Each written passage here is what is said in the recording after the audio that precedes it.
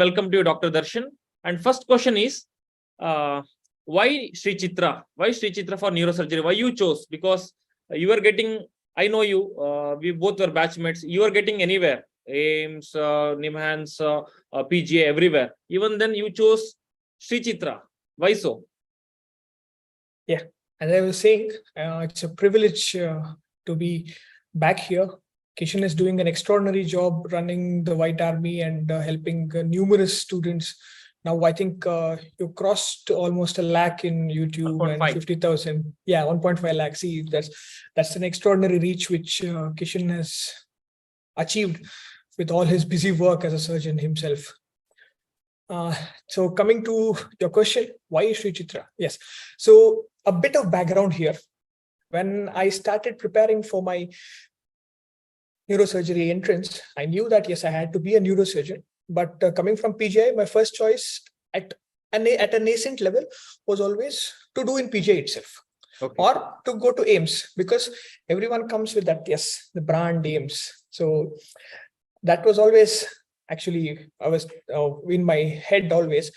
Most of the people, even in medical fraternity, fail to understand that Sri Chitra Thirunal Institute has been there for now a really long time. From 1973, when the Travancore, the erstwhile Travancore royal family donated the building for the hospital and its own palace, one of its palaces for the biomedical technology wing. So then it was in 1976 and in 1979 when the institute became an institute of national importance, even at that point itself. After PGI in 1966, it was Sri Chitra which became the Institute of National Importance in 1979. But the one thing which actually differs here is Sri Chitra belongs to the Department of Science and Technology and not to the Ministry of Health and Family Welfare. Like how the AIMS, NIMHANS, PGI, as well as JIPMER belong to the Ministry of Health, whereas Sri Chitra belongs to the Department of Science and Technology, because Sri Chitra is an institute which brings together medical sciences and technology and engineering sciences together as an amalgamation in itself.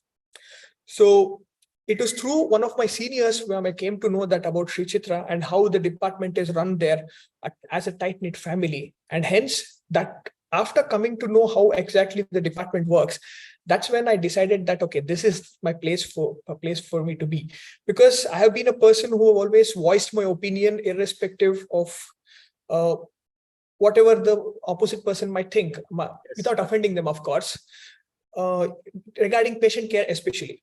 And this quality is celebrated as well as respected in Sri Chitra. Correct. That is what is different from Sri Chitra when compared to any other institute. Patient care, yes. And let it be a national institute or let it be any other state institute itself. It was, as I said, Professor Valiyathan, who was the founder director, who thought this would be a great idea to have both engineers and doctors work together. You will never find this anywhere else in the country where engineers and doctors work together. And it is also one of the places where cerebrovascular fellowship was one of the places where first it was started in the country itself. So if you allow me, I would just... lot of innovations and new inventions happening. That's the center, because we have been doing so much because of the advancement in technology in our field.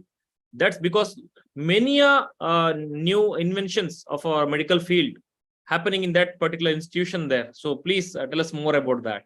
Yeah, you're absolutely right. That's what I wanted to ask your permission to just speak some part about the biomedical technology wing and how the doctors are involved in this.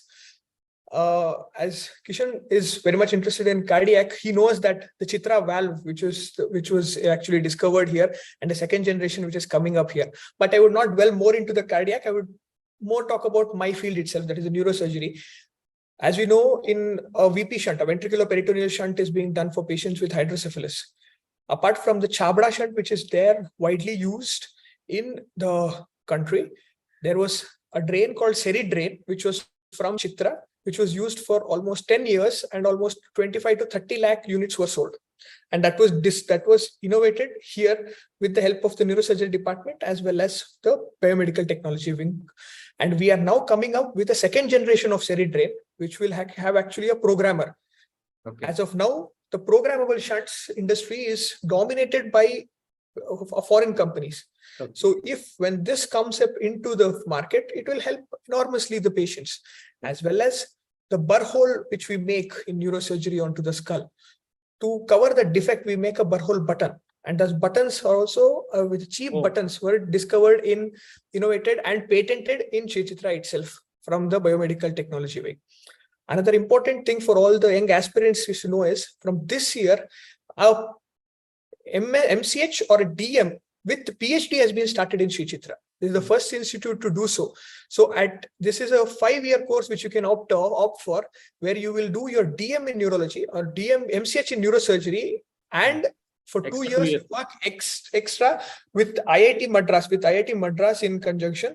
So you'll be 2 times doctor, double doctor and a medical doctor. And one of our own, and coming to neurosurgery department itself, as I am a cerebrovascular, I'm doing my fellowship in cerebrovascular surgery in Sri Chitra as of now. There is a research group in ours where our professor, Dr. Jayanand Sudhir, is an adjunct professor in IIT Madras as well. So we are having simulations running for aneurysm study with the conjunction with the IIT Madras, and coming up with new devices as well as new programs for prediction of aneurysm rupture as well as its growth. So this is what makes Sri Chitra different from as in general.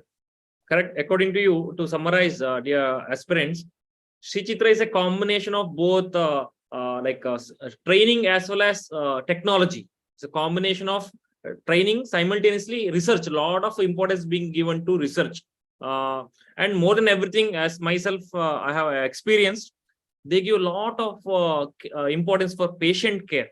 They give utmost importance. I have never seen any consultants or even the nursing faculty for that matter. They take care of patients with utmost care. Utmost care means you love to work in such an environment where you do only doctor's job so nicely, and the others handle their own jobs, and everything is so protocol based and wonderful work environment. So let's know much more about that in detail by experience of Darshan himself. So before that, Darshan, in our times, we had a separate entrance exam for Sri Chitra. We had to write so many exams. I remember we both slogging all over the country, going to Delhi, going to Chandigarh, coming back to Trivandrum and other places just to write any entrance exam. Now it's not like that. There's a common entrance exam, INA-CET, for all these premier institutes. So please, little bit about that common entrance exam, and what should be the ranking, cutoff rank to get into neurosurgery at Sri Chitra. Yeah, no, as Kishan said, now it is INI-CET, which is for all the central institutes together. So neurosurgery as in depends on the person's interest as such. Anywhere between 15 to 18 ranks, if you are there, you will be having, because we have 4 seats here, all post MS. One seat which was prior to this was there, 5-year course, which was post MBBS, has now been taken down, and that seat has been added back to the MS pool. So there are total 4 seats. So that's also one of the things which is very important. That is, we have the number of residents are low. Every 6 months you have 4 seats. No. That's 1 year. 1 year. Okay. 1 year. We have yearly only 4 seats. So there'll be total number of residents at one point of time will be only 12. Okay. And there'll be 2 postdoctoral fellows with consultants numbering to 8. So the department is only of 22. So what we always tell in Sri Chitra is that this is the family. This is the Chitra family, because every single consultant knows every single resident, their personal life, whatever they're going through, if the person has eaten or not. No, I wanted to share the same thing. Norm, the consultant, when he comes at sharp 8:30 in the morning in our department, cardiac surgery, first thing the consultant will inquire those who are on the night duty or any for the residents, did you had your breakfast or not? If not, go have now itself and come back. Then only we'll start the rounds. That's the amount of the care they show to the residents or who are junior staff. Is even while surgeries are going on, the cardiac surgeries used to be 8, 9 hours, 10 hours. In the middle, at around 1 o'clock, 1:30, they will send the juniors, go have lunch and come back. We were not ready, sir. How can I go in the middle of the case? No. You must go. You must have food and come back. Then come back. So and relieve the other one. That's the norm there. Our day starts as Kishan said, our day starts very early. First years and second years usually come here by 6:30. So yes, there will be, so that's why when the consultants arrive at 7:30, by the end of the rounds or before the rounds itself, they will inquire whether you have had food or not, because that's the amount of care they take of you. It is such a close family that there is nothing wrong. We actually think, I still remember when my second year I scrubbed for the case with my consultant, he told me, please go have food and come. I thought that he's testing me or something like that, or something like that. So I was like, no sir, it's okay sir, then I came to know that actually he was seriously telling me to go have food and come. So irrespective they have it or not, they take a break or not, they see to it that the resident is actually taking a break and actually doing that work. Another thing which actually helps in this is, so first years, there is actually a complete dedicated work for each person and each final year. I mean, the first year, second year, and the final year. No one is allowed to do, or no one is forced to do the work of other person, or no one is even expected to do the work of other person. Elsewhere, what we see is many institutes have seen, once the person becomes final year, he's given a complete freedom. He's either to attend rounds, not to attend rounds. It's not like that. Actually, it's the opposite. The final year is the most responsible person for the patient in the ward. If a junior commits a mistake, you will be held responsible to teach you that throughout your life, it is as a surgeon, it is your responsibility to take care of the team. Because the buck stops at you. As my boss says, the buck stops at us. That is the surgeon, not anyone else. It comes, so that is the training which you receive from now itself. Because see, I try to give an example of what happens in the army itself. How does an average person in an army become a smart in tactics? It is because of habit. It's because of training. Practice, yeah. So it's the same thing. It's a practice. It's a habit which is being borrowed into you. The same thing happens when you are an honest, hardworking person. You come in irrespective of your intellect. If you're an honest, hardworking person, you can always thrive unless you are putting in the hours. That you can make it through and become a really good surgeon and a good physician in itself. So this is how actually it works. So coming to our daily routine. Our daily routine, the first years usually are not allowed to go into the OT as an elective. First, they are thoroughly, they are trained to pre-operatively and post-operatively, as well as see patients in OPD. Another important thing, what has been done here is, there is always a rotation for every 15 days for the first 4 months, so that a resident does not get buried in work. For example, OPD will be a different environment to work with, and an ICU will be a different environment to work with. So they'll be shuffled. Yeah. So if they are placed for more than 15 days, so obviously that stress comes in, especially when you're working in ICU. So they see to it that every 15 days for the first 4 months you're shuffled, so that stress comes down. Yeah. Exactly. Another important thing is, for the first 4 months you will be under guidance of a second year and a final year compulsorily. You are not allowed to take your own decisions, so that your training goes well and you know how things work and how you have to do work. Let it be OPD, let it be ward work when you're doing a dressing also, or making a discharge, or working up a patient in itself. Yes. Third thing, in ICU, the most important thing which I actually liked in ICU, the same with PGI itself in MS, we manage our own surgical patients. Yes, very important. Including the ventilators. Exactly. Yes. So that's a very rarely we can see in any other institutions, where surgery residents themselves, even in cardiac surgery, we used to manage all the inotropic support, all the ventilator support, everything was managed by residents themselves. So we get because only surgery residents have this overall idea what's happening inside the brain or inside the heart there. No one else can have this, even imagine also what's happening. So you can better manage than anyone else. So that's why I found again very interesting and very good thing about Sri Chitra. Please, Darshan. One of the most important thing, as Kishan said, is that you know the patient through and through. You know the patient preoperatively, you know what has happened intraoperatively, and you are responsible for what happens to the patient postoperatively. Correct. I have seen many of my juniors or anyone commenting that, no, I go out, I work in private, what is going to happen? Anesthetist, critical care people will look after. No, they will look after the exact what is happening. They look at an ABG and treat that ABG. They're not going to treat the patient. Okay. It is you who is responsible for the patient, because the surgeon gives his head or his heart to you under your scalpel, not anyone else's scalpel. So you are responsible for the patient, and it is your responsibility that the patient goes home with as he came back or as she came back.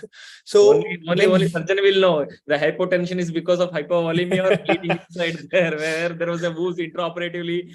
Then only you can understand. Okay. Yes, exactly. So that is why it is important for a surgeon to have basic ideas as to how things work. Even as you go out, as I said, surgeon is the team leader. It is not anyone else.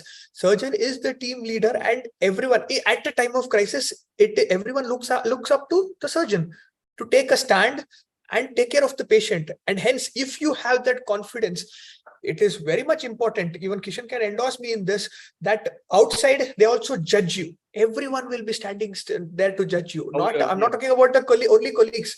I'm talking about even the staff which is there. They will see you how knowledgeable you are. Depending on that, their behavior towards you also and attitude towards you changes. So hence, this part of the training makes you a wholesome surgeon. A wholesome surgeon is the one who actually can survive anywhere. Not exactly.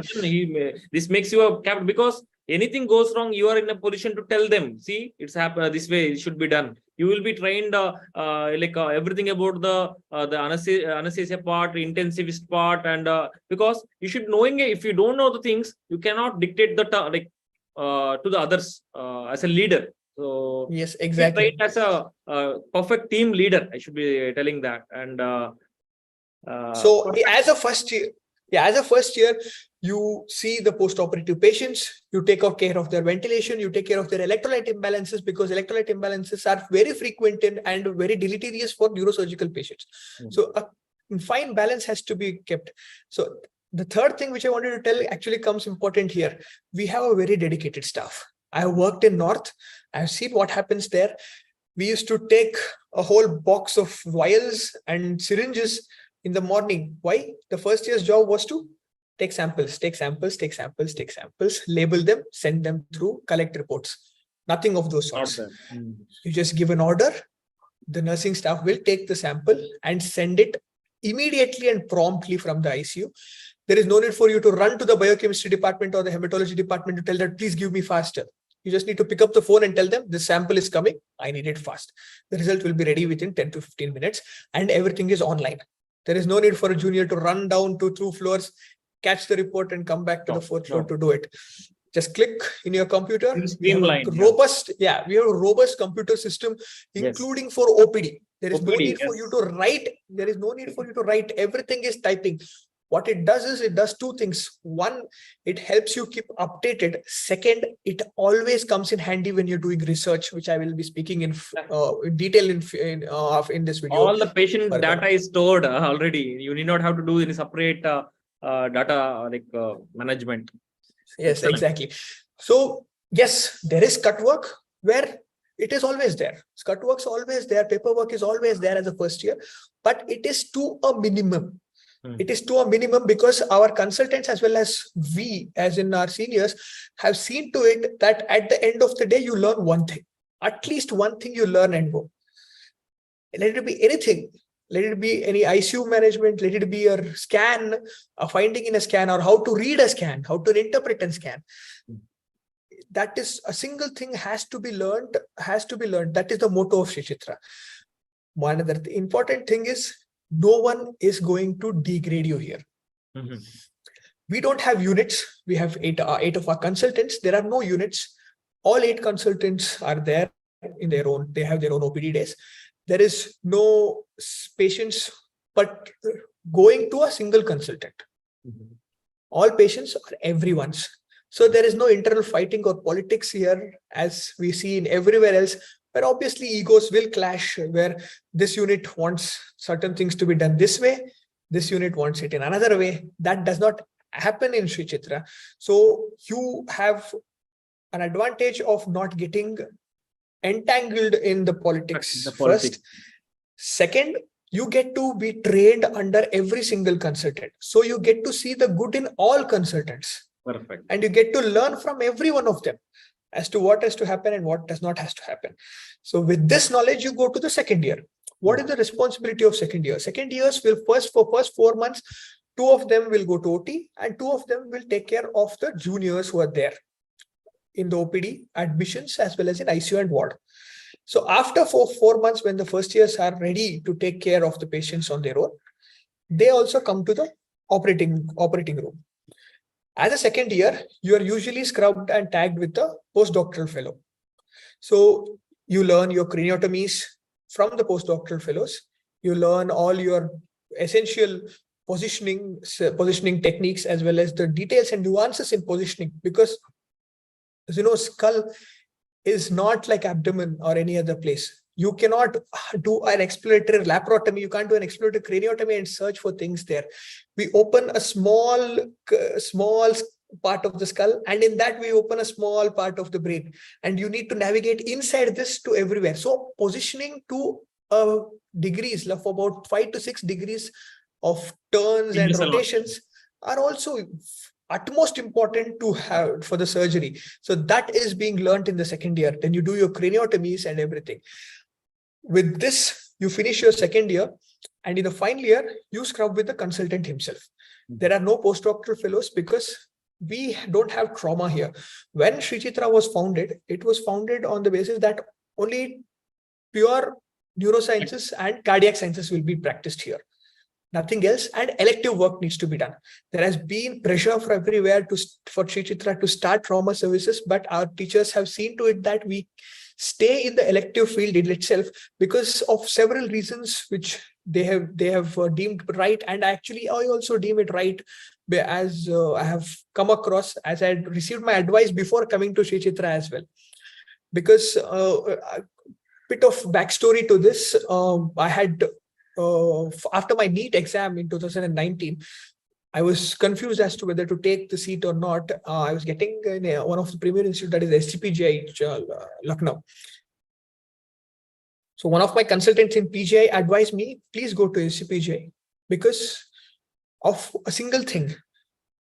He told me that at an average in any institute, the resident spends anywhere between 1.5 years to 1 year, 9 months in various trauma postings. It can be the trauma OPD, trauma ICUs, trauma wards, or trauma OT itself. And according to them, it was deemed that that much of exposure of trauma can be bypassed and have an elective experience in itself. So hence, they advised me to go to SCTIMST, but for various reasons, I didn't choose it. But Sri Chitra is it the same way, that there is no trauma in Sri Chitra, which allows us to be exposed to elective postings, elective surgeries to the utmost extent. We have a 3-month posting in Nimans where we go for Nimans and operate there and learn trauma from them, the management, the protocols, how to revive and everything from them. But for the rest of your posting, you are completely into elective, learning the nuances of neurosurgery in elective OT, because those nuances to an extent can be extrapolated to the trauma itself, except for the spine trauma per se. So hence this is, so in third year, when 2 people are out, the other 2 people scrub with consultant directly. That is the most important thing here, that you are one-on-one with the consultant. Unlike any other place where you have a consultant and a professor, you have an associate professor or an assistant professor, then there is a postdoctoral or MCh, post-MCh SR scrubbing in, and then you are here. All your so-called cutting comes in trauma, but not in elective OT. The hands-on which is there in Sri Chitra is enormous, I can tell you. Our HOD, who was Professor Ishwar and Professor... Legend, I should say. I must make a note of him actually. When I was there, every day morning, that 7:30, when I used to go in the lift to my ward, he also used to be there. Okay, he's the first person to come to the department and maybe the last person to go. Exactly. He is the one who lives at 8 o'clock in the night. Yes. Yes. So, sir, Such a dedicated and very humble and very caring, very caring.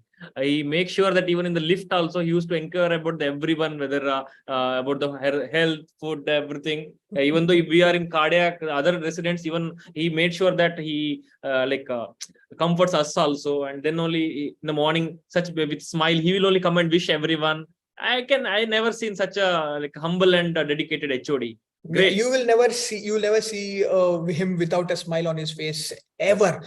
Even if he's scolding us, he will scold us and he'll tell that I treat you like my child. That's why I'm scolding you and I'm hitting you. Yes. You have to learn from it.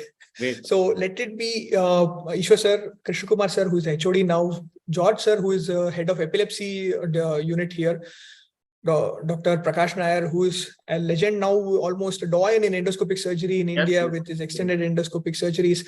Dr. Jayanand, who is doing the bypass surgery and is my head for the cerebrovascular surgery. Dr. Ganesh. All these people see to it that you operate. Yes. Compulsorily. It is not only craniotomy. It's not only opening the dura, getting the feel of the brain, getting the feel of the tumor, getting the feel of the brain as in cases as nuanced as epilepsy. It is impossible to believe that a person can have this courage as well as the confidence to give to a resident or even a postdoctoral fellow to operate on a patient with epilepsy and guide him. Teaching and teachers are at the purest form in Chitra. They will not tell you, you do something like this and do it or finish off. No. That is not the thing. That is not how they operate in Chitra. Passion to teach. They will scrub with you. Mm-hmm.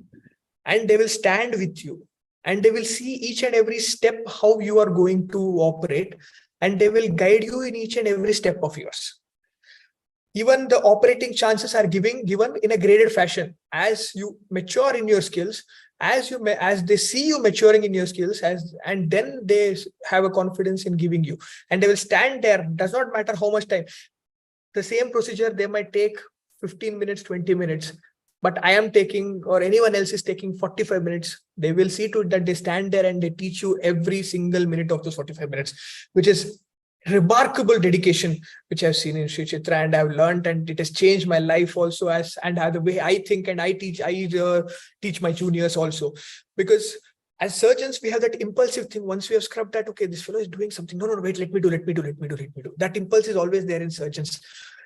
Overcoming that impulse and allowing and teaching the resident and making them grow is an enormous thing, which actually I've seen it. No. I had a mentor from Sri Chitra, K. Krishna Manohar sir.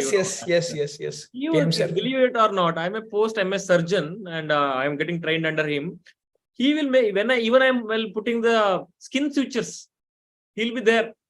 Okay, and make sure that every suture, every stitch what I'm putting is to the point, so proper and perfect, so that child will not have even a small ragged edge of the scar also. So even at till last skin stitch also, he'll be there beside me and guiding each and every suture. You can't imagine at that age having so much of patience to teach maybe 2,000 or 3,000 students there. Okay, so unimaginable, the dedication or passion, especially most of the Kerala professors for that matter, I should mention specifically, they have a lot of dedication and passion for this teaching, and they make sure that we get the best. Yeah, that is exactly, that is how I think Chitra infuses them to be. Chitra inspires them to be, and this is how it happens. And with this, another thing important here is the OT staff. The OT staff also is tremendously helpful. They will teach you, they will see to it, they will guide you. As a second year, when you come new, you don't know anything. Even in the surgical steps, they will teach you. But the only thing is that the student himself should not have the ego that, okay, I should not learn from a nurse or something like that. If they let go of that ego, you can enormously learn from them also.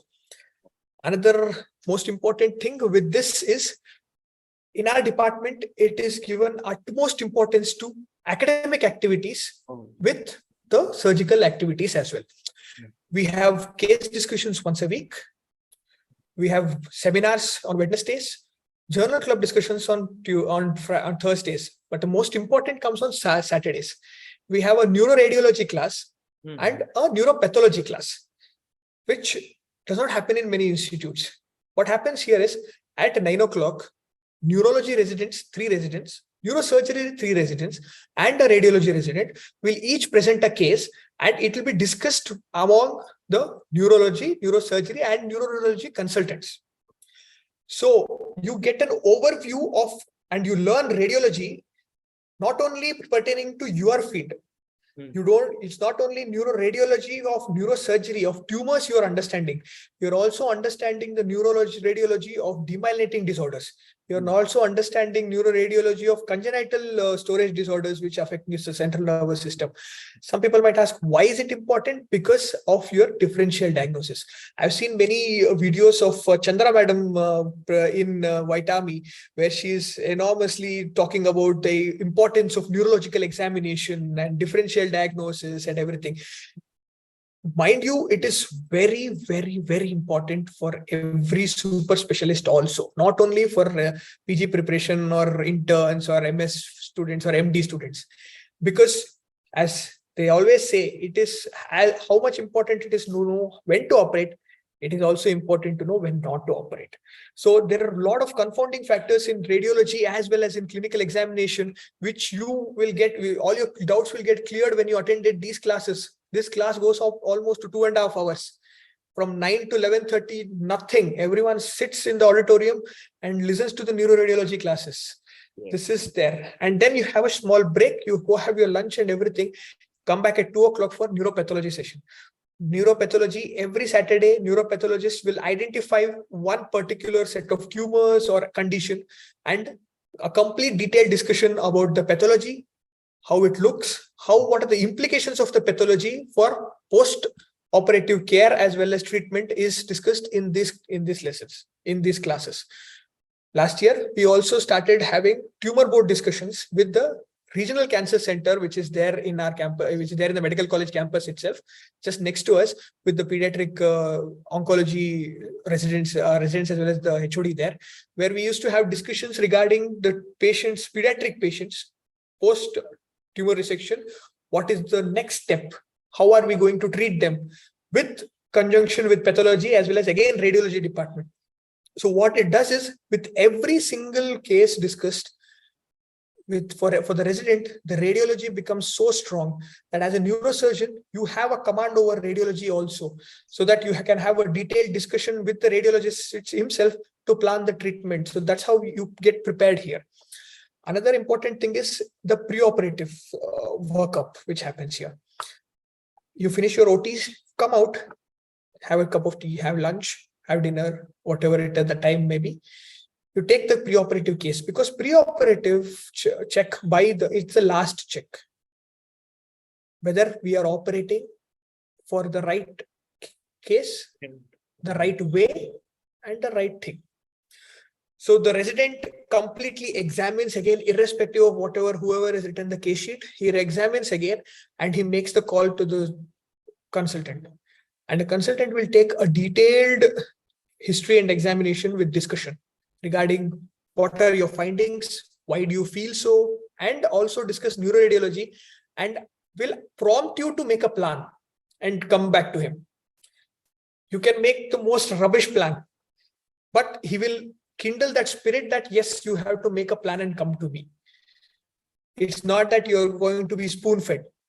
You are going to make a plan and come to me and ask and tell him. And then the discussion goes in as in, yes, why you're right and why you're wrong. And what are we going to do? This is how it happens. Coming to the third part, which I wanted to speak very fondly, was the amount of interest and support which is given to publications in our department. Yeah. I have come from an institute where I was refused permission to attend a conference in my second year, telling that you're still second year work, man. You can go in final year. From such an institute, I have come to an institute where our HOD will push you, scold you that go and attend. Why are you not attending?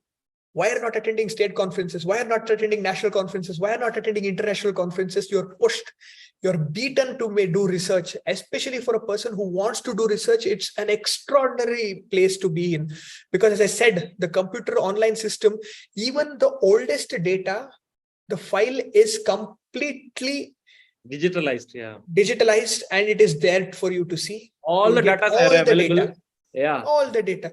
There And, is no need to go to MRD and beg. When we were doing our thesis, I think Kishan also will remember, we had to make a list of patients and their numbers and go and beg in MRD, please give us files, please give us files. And more to that, Nothing of those sorts. logbook. Our cardiac logbooks, you need not have to do any separate logbook, because all your OT lists, in that your names will be the residents who are scrubbed in. Okay. Same thing, if you click one button, your logbook is out. And what are the cases? There is no bluffing, nothing is possible. Whatever really done, it will be at the end of the 3 years, it will be reflected in a page of paper at the button, click away in the computer. Yes. So nicely digitalized, and everything is so systematic. It's wonderful. Not only the surgical, not only surgical logbook, the seminars, journal clubs, anything you have a student portal where you enter. At the end of the 3rd year, when you're thinking about what to write in the exam, how to study, what to do, because obviously we all study at the end of the 3rd year only. You just click it, everything is there. Yes. You just write the hospital numbers and just submit it online to the MRD person, just give him a call and tell him to open the file. The files are opened in 1 second.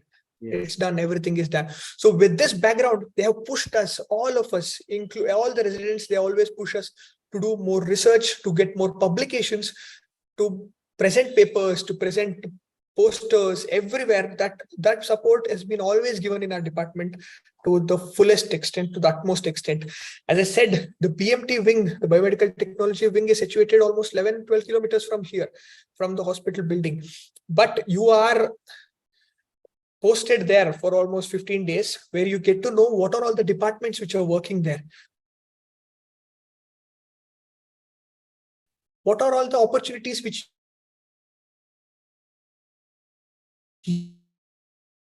you have with your ideas, because not everyone is not the same. As I know, some people have that.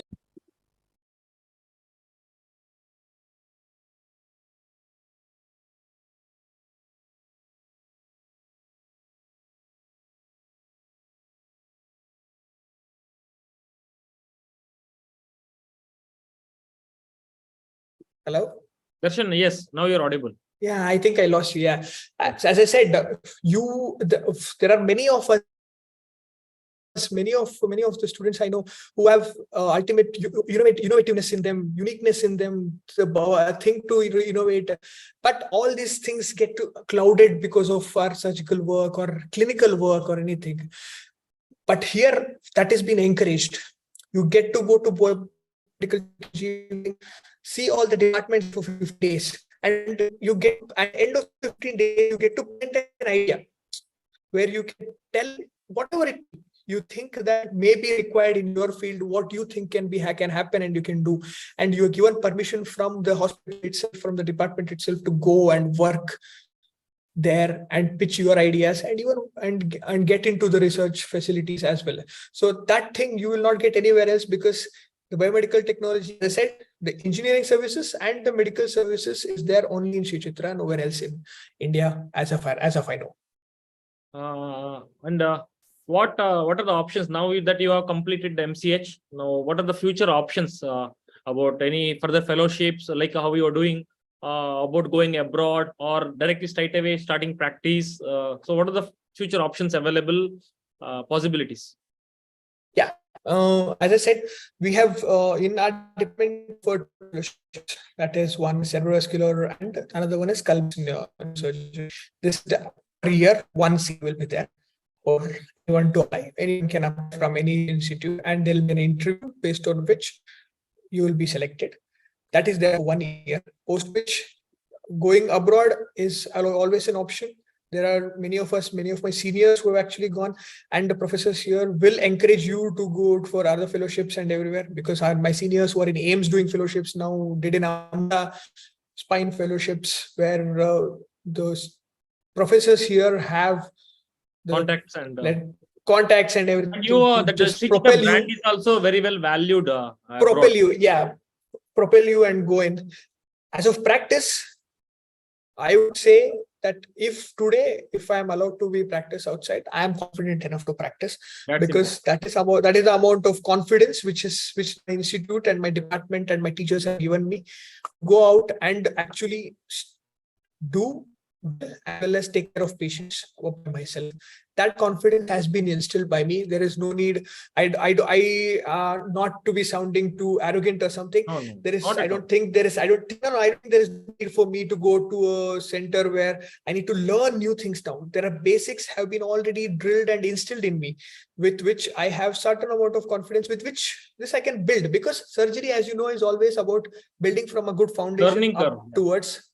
upwards, you build your tower and you reach at the top at some point of time where you think that you have to reach.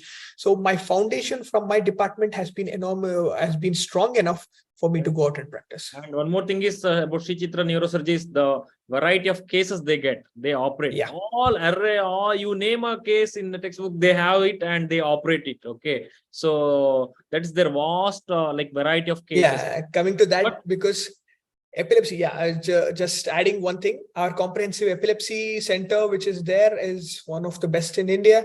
We get patients from Madhya Pradesh to Gujarat to Maharashtra, everywhere where they come here.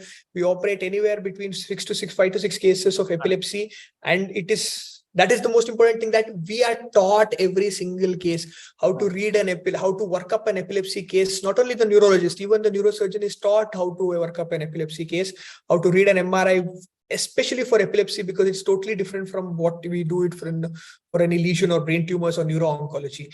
The second thing is the vascular surgery, where in a year almost about 30 to 40 or 50 bypasses are done for moya disease.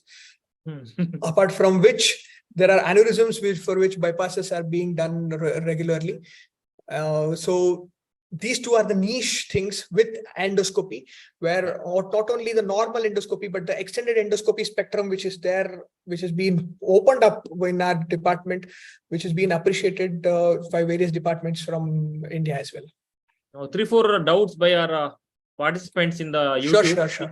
One is, of course, anyone would apprehensive about a language issue. Do you need to know Malayalam after coming there in the Thiruvananthapuram, or can you manage with just Hindi and English? Patient care language, as an author who has written about how important the language is, Kishan knows the importance of language.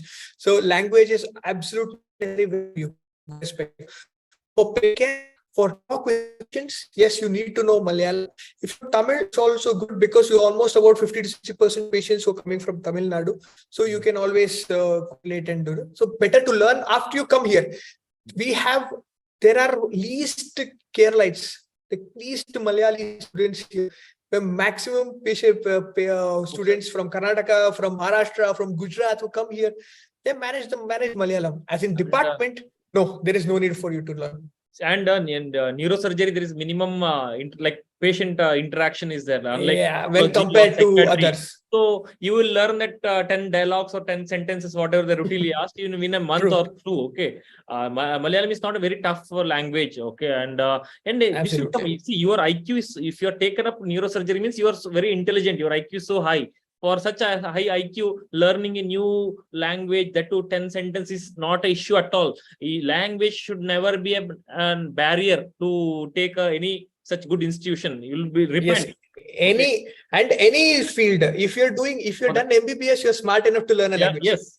Just for language, please don't look into any or leave any institution just because you may have to learn a new language. That should never be a criteria at all. I'm a North Indian. How can I get adjusted with the language and food there? No. Please, this question should never arise in any manner. And be assured, yes, we all have learned. Okay, after going there, Malayalam in 1 or 2 months, I'm so fluent in Malayalam now. I can manage I'm. In my private practice also, it's becoming very handy and it's very helpful now. So another question is, Darshan, that is, what about spine cases? Do you routinely do, or how it is? Yeah, in any central institute, the spine cases are actually neglected to an extent, because the amount of cranial cases are so high that the spine cases are usually neglected. We do spine cases. We have 2 to 3 consultants who do only spine cases. But it is still a coming up program which is coming up still. We are doing most of the instrumentations we are doing. It's the minimally invasive which has to come up, and endoscopic spine which has to come up, which is still not there, which will gradually come up in years. And what about the trauma cases? You told you will be posted in third year for 3 months in NIMHANS, and that's where you learn most of the trauma skills and trauma surgeries you get to see. So when compared to one like resident who complete from NIMHANS, who and you, how do you find it? Who has done for 3 years and now you are done for 3 months? Where do you stand? Yeah, I would come to that. As I said, the basics, that is the core principles of surgery of cranium usually remains the same, except for certain things, certain nuances which you need to learn. And I feel, as I said, as my seniors advised me, and yes, I too feel that the 3 months is more than enough to learn a cranial trauma through and through. There are certain number of cases which you get, that is extradural hematoma, the subdural hematomas, acute subdural hematomas, the chronic subdural hematomas and abscesses we do ourselves here also. So those are not the things which we actually, the contusions are most important things which we see, and the depressed fractures. Most of these have your elective craniotomy, the nuances which you learn, handling of the brain, handling of the tissues, will help you in the trauma itself. Through my time in NIMHANS, that's why I've had really good friends there and really good seniors there who taught me things, and we are given good hands-on there because they believe just to an extent about the skills of people from Sri Chitra, that they know that something, at least they'll not do something. Yeah, and they don't do something harm to the patient, because that is most important. Exactly.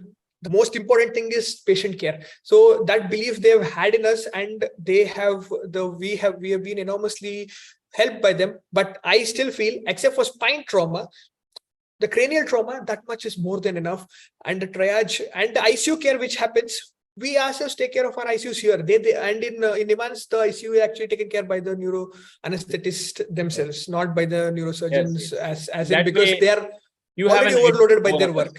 Yes, in that way they themselves are overloaded by in cardiac surgery. See, any high volume centers like that, you are into core surgeries, like in neurosurgery, into the brain. In cardiac surgery, you are always busy with cardiac cases only. You never do, although we get a big degree of cardiothoracic vascular surgeon, but we do only core cardiac surgeries. We never touch lungs, vascular and all, because for a cardiac surgeon, it is not that big thing. Similarly here, one who does the brain work, that spine and all can be easily managed with minimum exposure later on also. You will have later training. Yeah, if you're interested, and that training will not require as much as training which is required to handle the brain. Exactly. So one more is like other day I was interviewing Nadeem also, NIMHANS. So he was telling the only drawback maybe of such institutes like NIMHANS or maybe the Sri Chitra and all, you don't get a patient with multiple problems. You don't get references from the other departments. For example, one who is having a medical illness also, and maybe some other comorbidities. So, what's your go with that? No, I see. But that's one thing. Okay, you get I do cases, or just I do agree, but to an extent about that, because we see that where we lack an endocrinology department, our pituitary tumors are a bit. We need to rely on the medical college for that. But since we have a cardiology department, there is no need for us to send back a patient with cardio comorbidities. Okay. So those patients are still managed here itself. Yes, the one thing I would tell is lacking in our training in NIMHANS also is operating as well as managing a polytrauma case. When a patient has an abdominal injury, a patient has orthopedic injury and has a neurosurgical condition, those patients are not as easily managed as any other case. So yes, that part I would agree with Nadeem that yes, that part is a bit of lacking, which can be the gamma knife and all. Do you use all the advanced technologies? No, we don't have gamma knife in our institute. There is no gamma knife in Sri Chitra.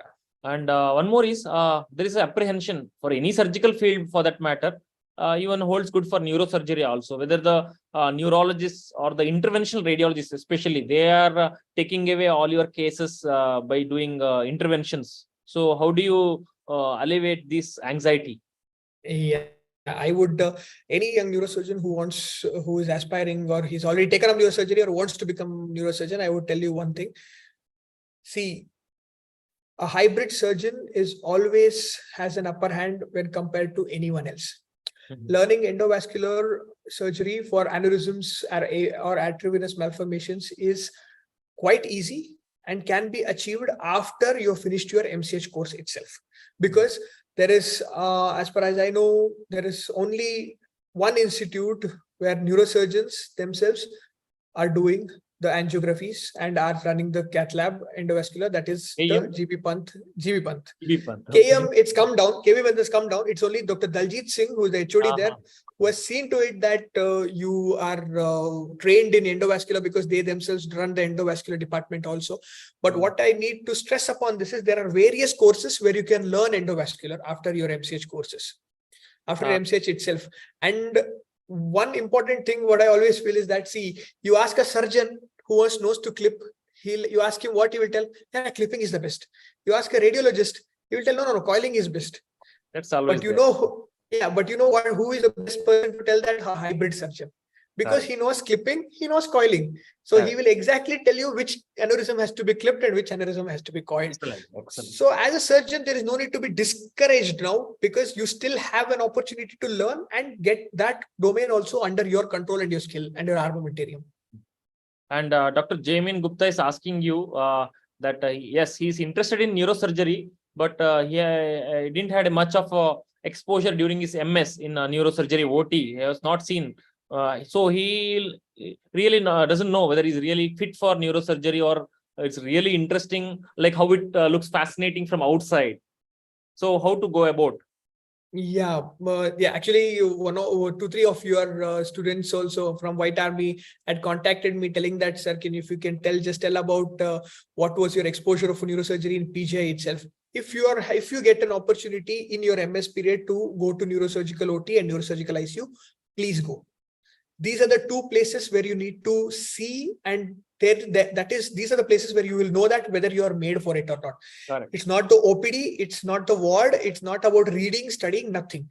It's only about neurosurgical OT and neurosurgery ICU.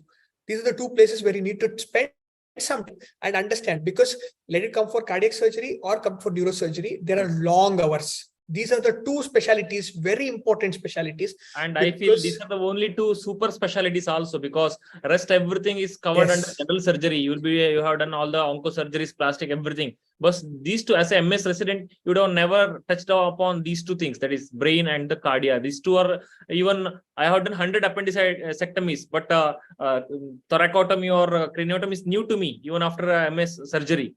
So if possible in your MS, if you have a department, you can request your HOD to be posted. Please get posted and spend some time in cardiac surgery and neurosurgery before you take up these courses, because physically as well as emotionally, these two subjects are really draining. They'll drain really out of you, and unless you have a good amount of passion getting into this, not about money, not about anything else, it will be some amount of draining which will happen. So preferably do that, or else I can tell you there are certain institutes which will allow you to work as a non-acad senior resident after your MS general surgery. I worked in Loknayak LNJP hospital affiliated to the Maulana Azad Medical College after my MS. Even Dr. Kishan had worked after his, so that he gets an exposure as to how I would like to advise the same thing to any aspirant. See, if you're not clear about your branch or whether you really fit or not, if you want to know, after your MD or MS, you work in that particular department for 3 months or 6 months. There is no hurry. It's not a rat race. Today you have MS, tomorrow you want to take up MCH.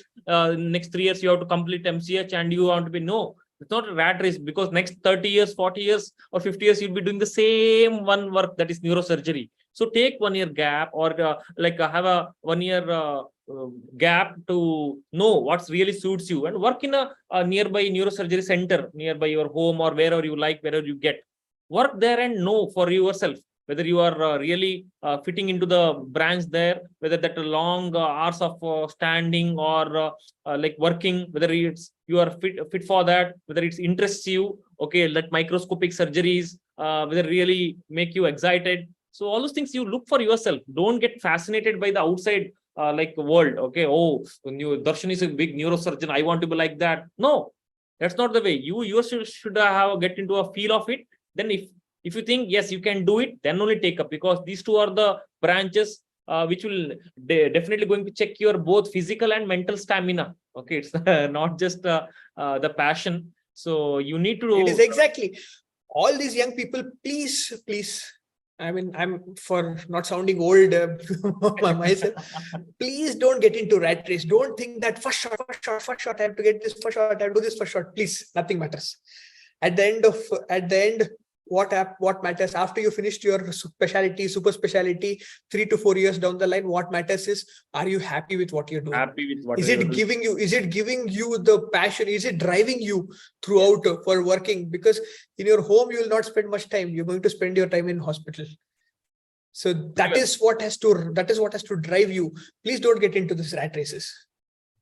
Very well said, Dr. Darshan. So please, before selecting any, because you can listen back to the Dr. Darshan's talk about selecting super specialty. We have a separate video on that, why neurosurgery and how it's different from all other branches. Everything is explained so beautifully. You can listen to him, and it's not an exaggeration. Many students have commented there. The Dr. Darshan is a real true source of inspiration.